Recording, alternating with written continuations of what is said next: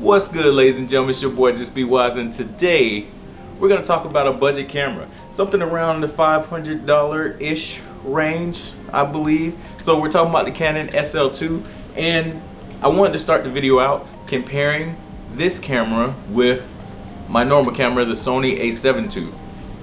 And I'm doing that not really because it's a fair comparison, but I'm doing that so that you can see what you can get from a $500 camera compared to a $1,000 camera. And is it worth it for you to spend $1,000 for a camera when you can get something relatively close for half the price? Maybe, maybe not. So let's just take a look at some of the differences between the two and see if you can tell. I have both of them set up on the regular picture profile.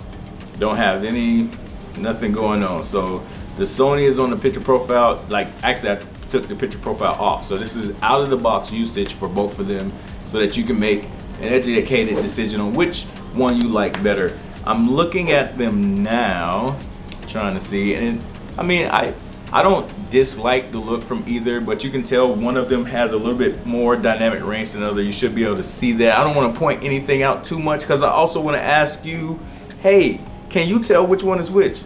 If you can, go ahead and either leave a comment. Actually, no, not leave a comment, because I think I'm supposed to have, there's something you can do on YouTube. There's a poll somewhere. So if you can tell which one is the Sony and which one is the Canon, go ahead and do that now. Do you know which one is which yet? Should I reveal it now? Okay, so here we have the Sony A7 II, and here we have the Canon SL2. So let me know, were you right in the comment section? Were you wrong? Did you get tricked? What happened? What happened? If you got it right, how did you know? Did you know because of the autofocus? Did you know because of the nice creamy depth of field? Did you know because of the dynamic range? I don't know how you knew. Let me know in the comment section below how you know.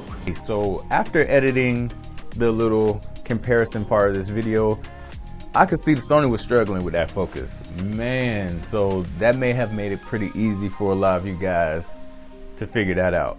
But let's go ahead and actually talk a little bit more about the SL2, and let's talk about why I actually think this is probably one of the best cameras for around the $500 range if you're new to filmmaking or whatnot, and why I think this may be where you want to go.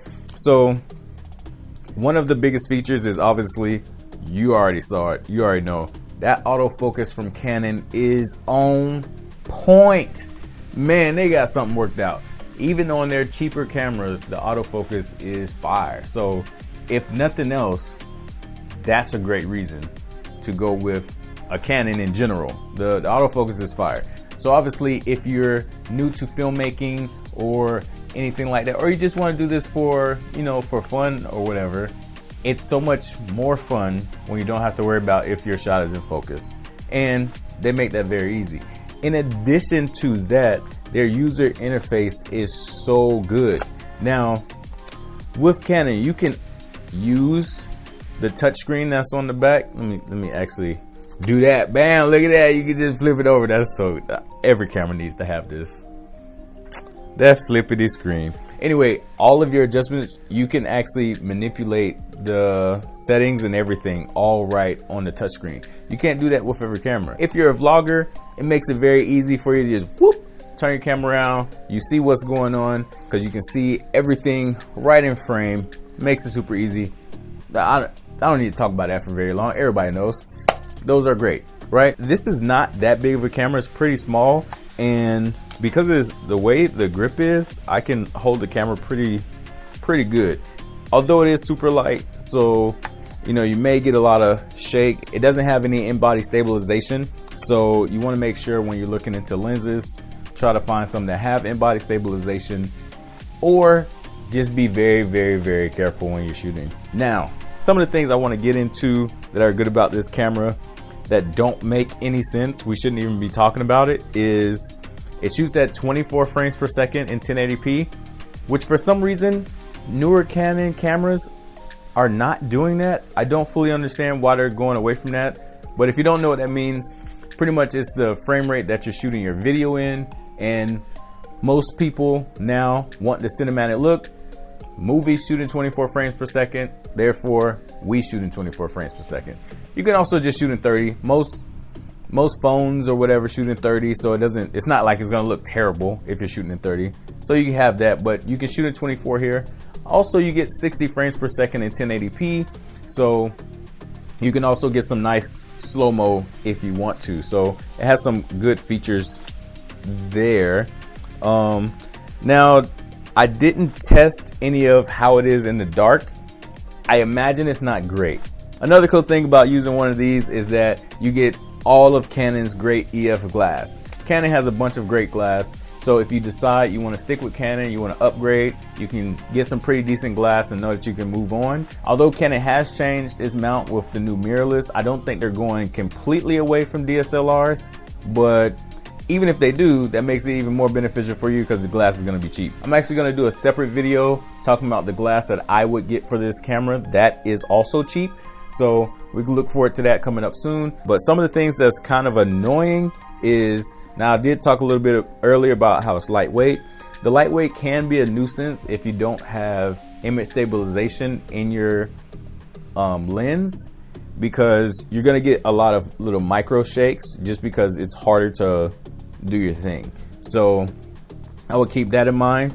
Another thing is it puts the memory card in at the bottom in the same place where the battery goes, and that's annoying to me only because, like, if you have it on a tripod or whatever, then you have to take it off of the tripod to kind of change the memory card, which is, you know, it's not a big annoyance, but it's a little annoying, you know. So that's one thing that's kind of bothersome to me. So all in all, I do think this is a very good camera to get for around 500 bucks. And I've had a bunch of people reaching out to me asking me what camera I think they should get. They're just getting started into it. They don't want to spend a bunch of money.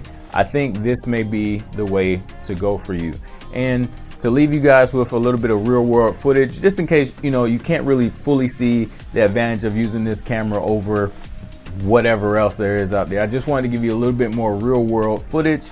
I took some photos and some videos of my girls running around the park so that you guys can see what it looks like in a real world scenario.